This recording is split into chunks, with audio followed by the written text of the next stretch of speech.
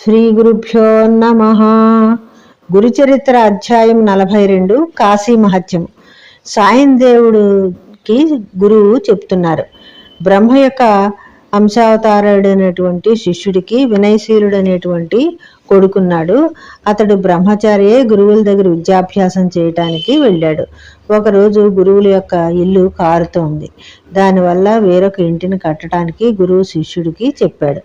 అదే సమయంలో గురుపత్ని కుట్టులేనటువంటి రవికిని గురుపుత్రుడు నీటిపై నడవటానికి తన ఇష్టం వచ్చిన ప్రదేశానికి వెళ్ళటానికి కావలసినటువంటి ఒక చెప్పుల జతని అడుగుతాడు.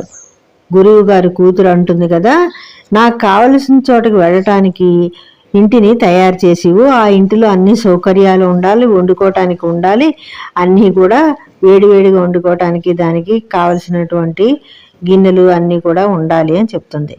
సరే అని చెప్పేసి బ్రహ్మచారి బయలుదేరతాడు. అలా బయలుదేరుతూ గురునామస్మరణ చేసుకుంటూ వెళుతుంటాడు. అప్పుడు అతన్ని అవధూత కలుస్తాడు. ఎందుకు నాయనా ఇంత విచారంగా ఉన్నావు, ఏం కావాలి నీకు, ఏంటి అని అడుగుతాడు.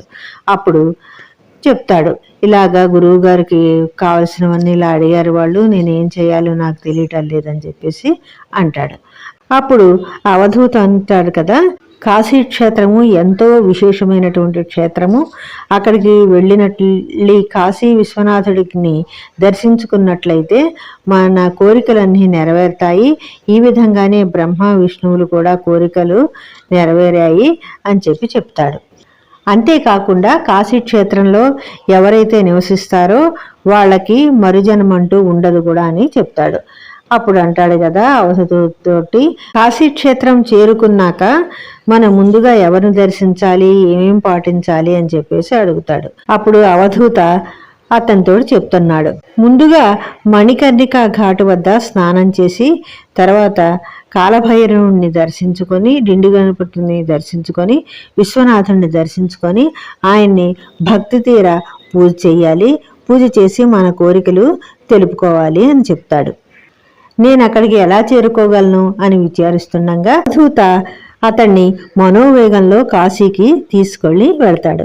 యాత్రా విధి అంతా కూడా అతను చేసుకుంటాడు.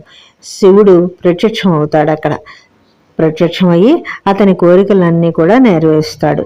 సాయం దేవుడు శ్రీ గురువుతో, గురుడా నీవు కాశీ మహత్యం చెప్పినప్పుడు నేను ప్రత్యక్షంగా మీరు చెప్పిన ఆయా స్థలాల్లో చూసినట్లయింది. నీ చరణకమల సేవ చేత అన్ని యాత్రల ఫలితం నాకు లభిస్తుంది. నీవు మనుష్యుడు అయినా సరే త్రిమూర్తి అవతారుడు అని చెప్పి స్తోత్రం చేయగా శ్రీ గురువు అతనితో, సాయం దేవ ఇహ నీవు నీ కుటుంబ సమేతంగా గణగాపురం నందు ఉండు అని చెప్పేసి చెప్తారు. 42వ అధ్యాయం సమాప్తం.